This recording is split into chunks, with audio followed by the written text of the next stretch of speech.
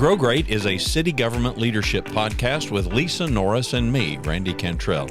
Each week we share insights, experiences, and wisdom to help you and your leadership grow great. Our website is growgreat.com.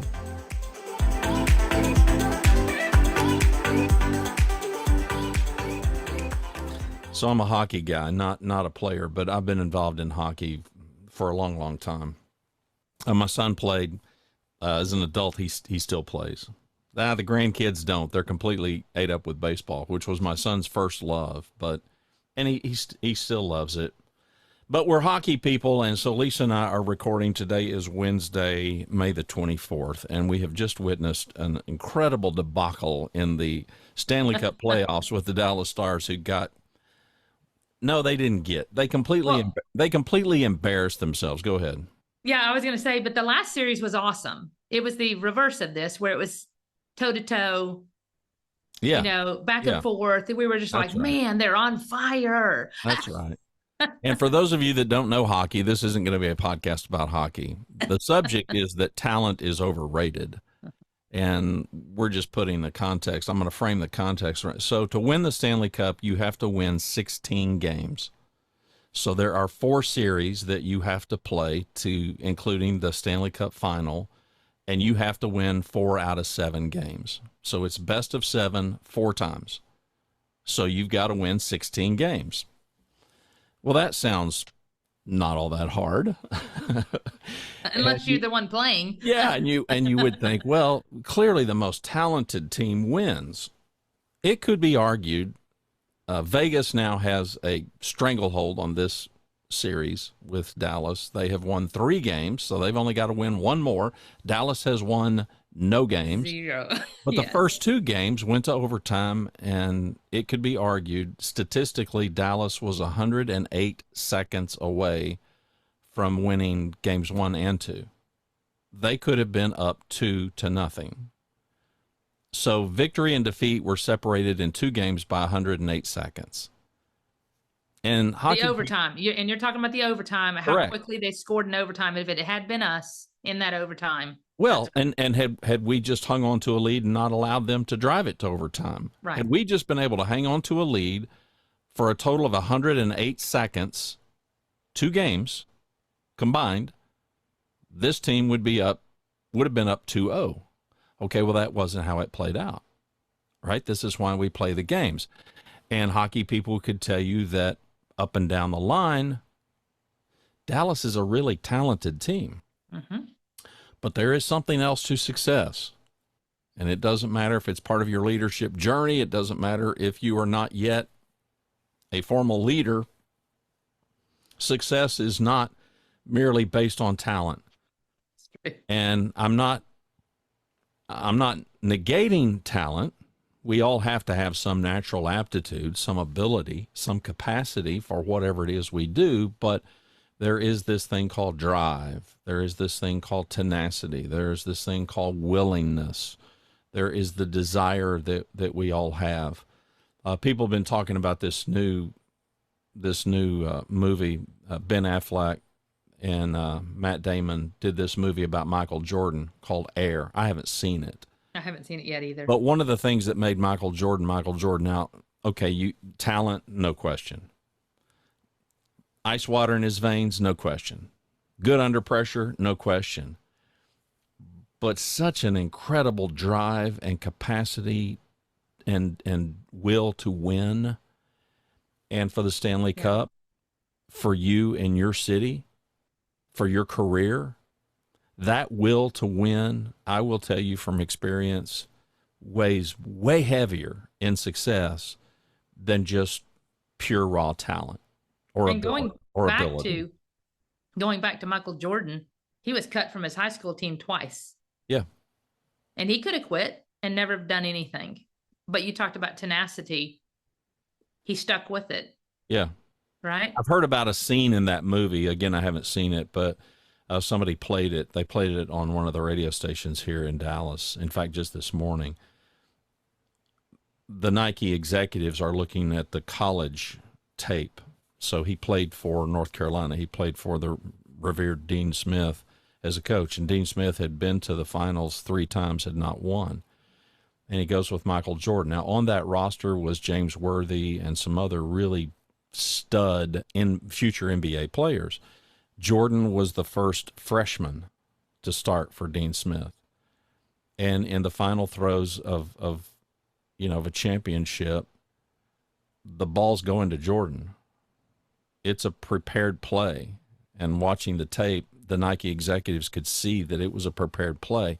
And they're watching Jordan and they're commenting, look at him. He's 18. And look at how calm he is. Look at how determined he is. He knows he's getting the ball. Talk about pressure. And he's standing over in the corner and he's just waiting for the play to form, and he gets the ball, and there you go. That drive and that will to win, yes, it could be argued, okay, he's innately kind of got it.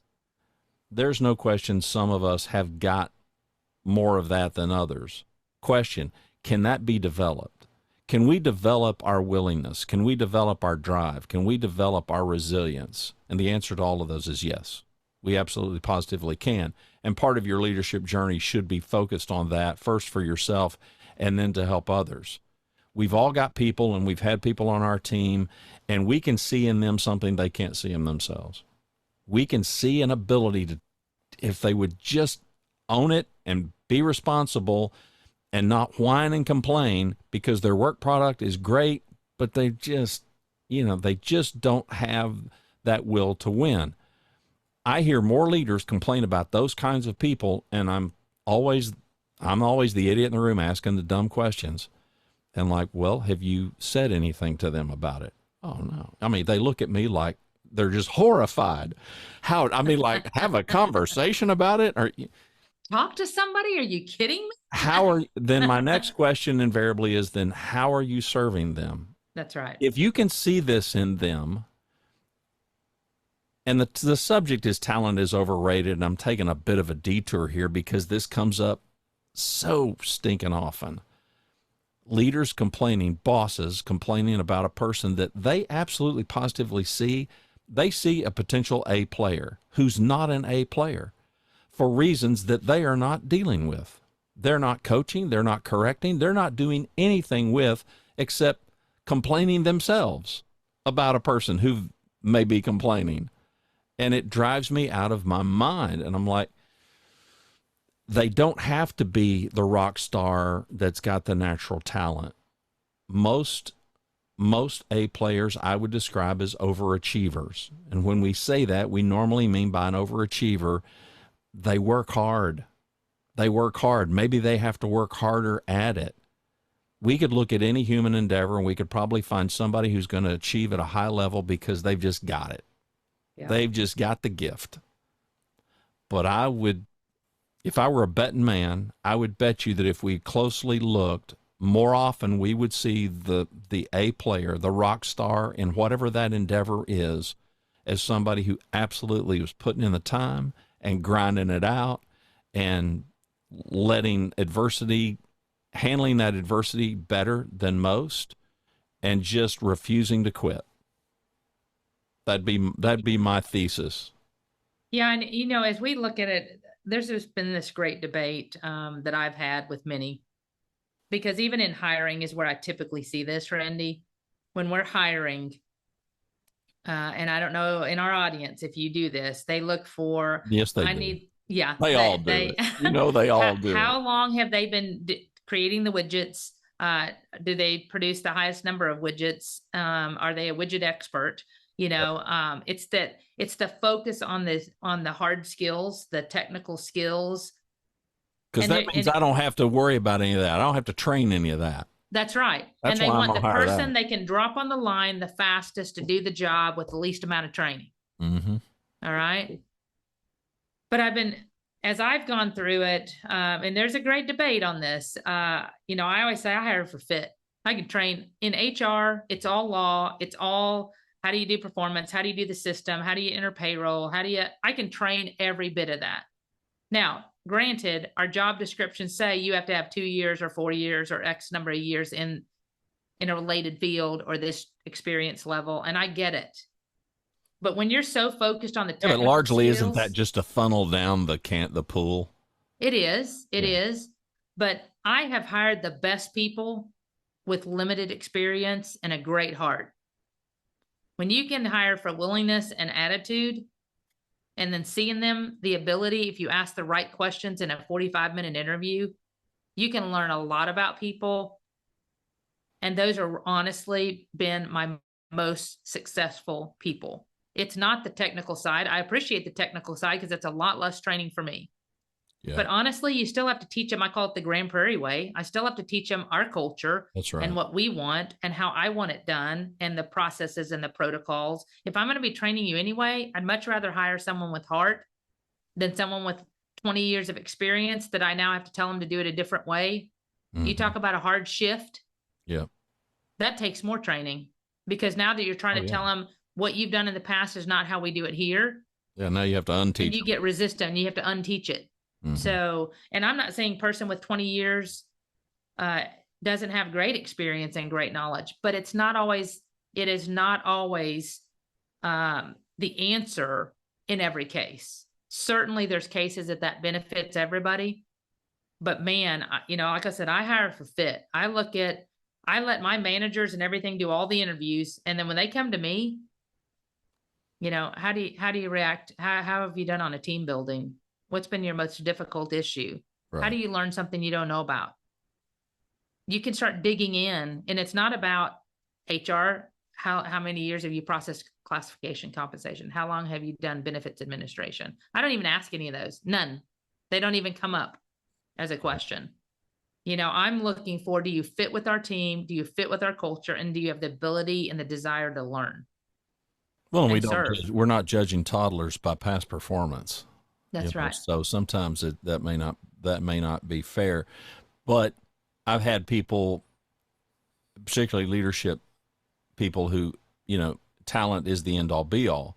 That we just need to hire more talented people. I just have not found in the real world that that's the reality. I just have not found, and I've studied high performing teams and groups all my career, and I have always found the high performing team, there are some commonalities, and the commonalities are they have a resilience, they have a tenacity, they have a bit of a snarl about the way that they go about things, and that they just refuse to lose. They refuse to quit. They refuse to be defeated by a problem, a challenge, or an opportunity, and they are able to pull together.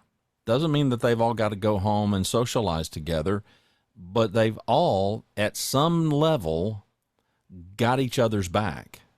They all believe in each other enough and believe in whatever each of them bring to the table, that they can rely on that person to do their work and to Right. do their job. Because where the teams get fractured is when we're all A players, and now we got two C players over there that aren't carrying the load. That dog doesn't hunt, as we say here in Texas. That's right. That's Uh, right. and they will absolutely destroy a team. And it's just interesting to me that some of the best and the brightest can be put in a room and they don't behave like the best and the brightest. I could argue that last night on the ice at American Airlines Arena in downtown Dallas, the most talented team got Didn't show absolutely up. embarrassed. Yeah, didn't show up. Yep. Now, I'm a homer. I freely admit it, but better goaltending, some world-class players absolutely didn't show up. Just didn't show up. And captain behaved poorly. The crowd behaved even more poorly. I mean, right before we got on here, the CEO of the Stars, I think he was a CEO, made a formal apology to the league, to Las Vegas, to the city. Good for him. Good for him. I mean, there's leadership, but it just proves the point. Talent can be overrated. I'm not saying minimize talent, but maybe some of the greater qualities that you might not be looking for, not just in other people, but even in your own life, Because how many people do we know that they minimize their own ability to make a contribution because they think, well, I'm not this and I'm not that. They're so focused on what they aren't, they lose sight of how powerful they can be. Right. And how impactful they can be for somebody else. And it takes an ability of a leader, and I've done this with staff before, and I'm sure many in our audience have as well. You have to keep your eyes wide open. You have to see what people are capable of, obviously through their work, but what they're capable of in order to get them, we call it, the right seat on the bus. I've hired people for a certain job and then talked with them and said, you know what? Have you ever thought about X? And honestly, the answer is I haven't had a case that's not the answer. That's no, I don't think I'm interested in that. I mean, that's the answer. No, right. Well, because it's like, never what do you crossed know their about mind. it? Yeah, what do you know about it? And they'll know this much. If you're not watching, it's less than an inch worth, right? I know this much about it, and then it's okay. Well, let me tell you what it is. And then I tell them in words that are not about the job. I talk about words of, it uses creativity. It uses problem solving. Can you fictionalize a specific? Yeah. So I'll give you a specific one. So we had somebody that was benefits and wellness, wanted to do benefits and wellness. They had worked in wellness. They had worked at a company that focused on wellness, and they were in benefits on our side. And a position came open in our classification and compensation side, which is all about numbers. And most people would say, man, that's just the person crunching the numbers to do equities and pay raises and stuff like that. And that sounds horribly boring to some. And I said, well, have you ever thought about that? And they're like, no. And the answer is no. I mean, they were they're a straightforward person, which I love. They're like, no. And I said, okay, hold on. Let me tell you why I love it. And so I didn't put the onus on them. I said, why I love it is because I get to meet with all the different departments and the department heads. I get to strategize. What are you trying to accomplish? So I understand their strategy. And guess who can fix that? HR can.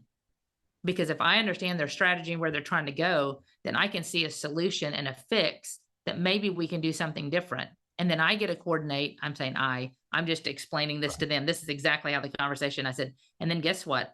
I get to work with our recruitment team to figure out how we can advertise differently. And I get to work with the management team on how we can design this differently. And then I get to work with the city manager's office on, hey, we've come up with a solution. Do you think this is a good idea in your organization? And now we've set a template that we can work with other organizations. So you have this whole strategy concept around what appeared to be a numbers job. Right. But it can be so much bigger than a numbers job. It's a solution monkey. Job. Yeah. And this person happened to be very good with technical, like loves the spreadsheets and the formulas, and which is where we need the strength. Yeah. And but so it's way more than that. And so of course she sat back and her first response was, that sounds interesting. Right. I said, yeah, that's what the job is, not what you're thinking it is. So I said, think it. She goes, I still think I want benefits. And I said, you might, but I want you to think about this over the weekend because that job is open. And I think that's your niche and you just haven't seen it yet. Now, what were you seeing? What were you seeing in this person? Well, I saw that they had this creative ability to troubleshoot. They loved solving for things. Mm-hmm. And benefits has a lot of that. But I also saw that they liked the tedious technical piece, and they were very efficient at that. Yep. One thing they needed to improve upon is the strategy side. So I was thinking, okay, they've already got the expertise in the ability to design things. Let's move them to get the ability to interact with more minds that see things differently. And it can also prove up the inner workings of the city and how you can do things differently. It's not in benefits. We have contracts that we've signed and a way of doing things. In wellness, you can create a lot. It is very creative. You can do different things in every organization to serve them and create your own way. But I know that there was this niche that she had that I think would benefit that role and would help well round her. to be able to move up, and or out. We hope to keep all of our staff, but I'm a realist, and I'm not going to have enough positions for all the growth that's coming down the pike. Yeah. So anyway, that was it. And she thought about it on the weekend. She came back and she said, you know what? I think that's exactly what I'd like to do. And I said, I thought your answer would be yes, Yeah. and so it worked out. But you have to be able to see that in people. You have to see beyond the job and into their abilities and what they haven't yet demonstrated, but are on the cusp of demonstrating. I mean, that's the only way I know how to explain it. And that can be at any level. You can be a peer, you can be a manager, a supervisor, you can be in the city manager's office. I always tell people, look for the ability. Did you have any trepidation about this person moving from one role to another role and failing at that new role? No, because I could see it in them. I could see it in them. Yeah. They didn't have, I would almost say they didn't have the ability to fail. They had the ability to make mistakes. Yeah. But they were too driven to let themselves fail. Now, I'm also a definer of failure. Doesn't mean you did something wrong. Right. Failure is your inability to get up. Yeah. Right. Yeah, lack of resilience. Yes. Failure is your inability or willingness to get up after the fall.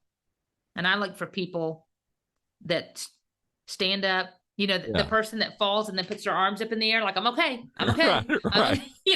Right. That's what I'm looking for. And that's the point of today's show, is that it's not always the most talented. It would be great. It would be great if we could hire the most talented, but most of us can't afford the most talented. Even if we could find them, we couldn't afford them. Well, my argument is always, Randy, that I don't know if I always want the 20-year widget maker that's done the same thing 2,000 times. Because then my next question is, why? Why haven't you wanted to move? Yeah, exactly. Why haven't you wanted to grow? What have you done for your organization? And trust me, out there, if you've got a 20-year person that's serving you well, great. But my question is, why haven't you? Because I want drive and initiative, and I want a desire to impact. And if you're just doing the same thing all the time, my first question is, are you just doing enough? You may be the greatest widget maker, but could you be the trainer? Could you be the senior person? Could you be the person that has insight and ability? I want more than just a 20-year widget maker. I just do in my organization, because I want to be able to grow our industry and grow people and send them. Have you had a make person, our industry stronger? Have you had a person that you saw potential in, and maybe they just didn't quite have the degree of resilience that could have made all the difference in the world? Oh, absolutely. And what did you do about it? Well, what were you able to do? So the challenge for me has been, if you hire for the ability, and I've seen this, it's very, in my mind, unfortunate, because I see ability and talent in people.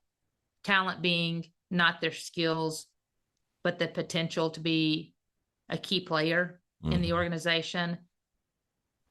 And the most common failure of that person to succeed in our organization, and probably in many of yours, is lack of accountability. Instead of accepting and owning what we believe they can be, what I tell them, here's what I need you to do to get to that next level, they always find a reason that they can't. And that can't is always somebody else's fault. Yeah. They never own it. When they don't own it, we let them out of the corner. Yeah. When they don't own it, keep them in a corner where the growth is. If they don't own the accountability to be better and listen to what somebody's telling them, and then shove it off on, well, so-and-so did this and so-and-so. I mean, they shift, they deflect and go to other things. If that is their first response, and usually it comes out immediately after, like if I've had to have a conversation with them, I invest in my people, man. I want to give them every opportunity to succeed. I believe that they can make mistakes. But if their first response is to go to others and tell them why that they were just placed on X, or they were just done X, and then they go tell others why they can't do that, or they have an excuse for it, they typically can't succeed, because they aren't owning it and taking accountability to be the best version of themselves. And it's, in my eyes, it's so um, it's really sad for me because I see in people what often they don't see in themselves, and I see their ability, but they have to choose it.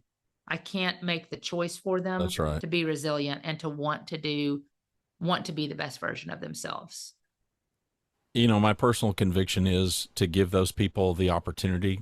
But again, so much of this goes down to having a really candid conversation. And for me, man, that can solve so many of our problems. If we can just find the courage to, I hate to use the word confront, but it's the word that everybody uses, to confront the behavior that is detrimental to this person, to the team, to confront the performance issues and the things that are getting in the way of higher success or success at all is an absolute disservice. Is a disservice to us. It's a disservice to this employee. It's a disservice to our organization. And I'm probably going to die wondering why that is so hard for people. I think I know. I'm not sure I know, but I think I know because over the years, what I have learned is our context. It feels punitive, and I just don't see it that way. I see it as a service. Yeah. Why wouldn't you do this? Why wouldn't you? If I saw an elderly woman trying to carry, you know, I live in an apartment complex, top floor, got elevators and stuff. But if I saw some person struggling with something, would I ignore them or would I lend them a hand? Would I open a door? Would I offer to grab a sack? I would. Am I making judgment? Well, this idiot, they're so weak, they're so lame, they can't do this themselves. That's not going through No. that's not going through our heads in those situations. And yet we get in a workplace and we see somebody that we see something in them that if they could work on that, if they could grow, if they could improve that, it would make all the difference in the world. I don't know why we can't view them just like we would the person that just needs a helping hand. Yeah, I have had so many conversations, and I've had people in other organizations talk to me about their situations that are very similar, and where managers have somebody that's a high performer that's struggling on something, Mm-hmm. made mistakes, uh, did something incorrectly, maybe didn't talk to somebody as best they could or what the leader would like to see. In almost every case, there's a few exceptions to that. The leaders are like, yeah, I just decided I'm really not going to talk to him because it's going to break their spirit. And I'm like, Why don't you let them how are decide? you serving them? They're like, well, if I talk to him exactly like you said, Randy, it's going to be considered punitive. And then they're just gonna give up. And I said, what if you had a positive conversation, said, man, you are my rock star. Everything you do is excellent. But yesterday I saw this. How do you think that conversation went? Or whatever it was, right? How do you Right. think that when you made that mistake, how did it feel? Well, it felt like crap. Well, yeah, I agree. It does feel like crap. What are we going to do about that? Well, I really don't want to make it again. I let you down, whatever the case is. Okay. It's all in how you frame it. Now, they can walk away beating themselves up, but you can also give them encouragement and say, you know what? I'm glad you thought about it that way. I agree with you, but you're so resilient. You're going to rebound from this. Here's the mistakes I've made in my career. You haven't achieved that level unless you've achieved my mistake, which you haven't Right. yet. Right. What if you had that conversation? Is that punitive or is that supportive and real? And you're talking to them about something and you've just invested time in them. And they say, Now, and what do well, they say usually to they you? say, man, I will definitely do that. I will definitely go, you know, They didn't think about it in that context. They themselves were thinking about it in a punitive context. well, not only that, it helped me understand how they're thinking because if they're Right. low on all that they failed you, you need to Yeah. lift them up. Yeah, of course. Like, I just don't it's hard for me to understand, but I get it. I've been in those moments. We've all can second guess ourselves on what we did and why we didn't do it or why we did do it. Uh-huh. But man, just think about serving them, Well, having an honest conversation with somebody support. loved them enough to make an employment proposal to them and get married to them professionally and hire them. So, Or parents. Do you just tell your kids, oh, yeah, you did that wrong, but I'm not going to talk to them about it. Right. I'm not going to let my children know. And I just hope that they learn the right way. Yeah. We Yeah. don't do that. No. You love them and you That's right. serve them and say, I'm going to, you know, I need, and sometimes it is punitive. You know, I got to put you in you're going in your room. Yeah. You need to Yeah. think about what you just did to your brother. Yeah. But the And point of but they that learn from punishment, it. exactly. That's the point of the punishment. The point of the punishment isn't just to inflict pain. It's so that you will learn and grow, which is kind Yeah. of the point of this podcast. So There you go.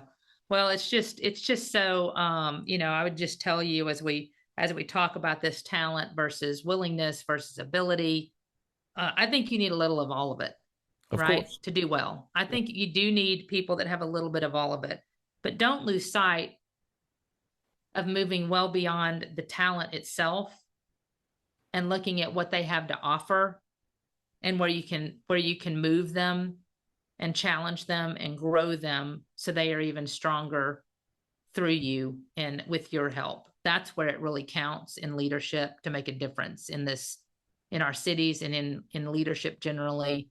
Like I said, we got to grow them and send them because we've got to increase this talent pool that we're sending out to each other. We are moving amongst other cities, and it's worth your time investment to make others better for all of us.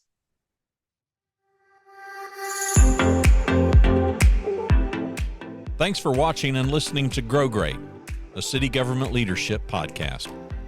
For Lisa Norris, I'm Randy Cantrell. Be well, do good, grow great. The website is growgreat.com.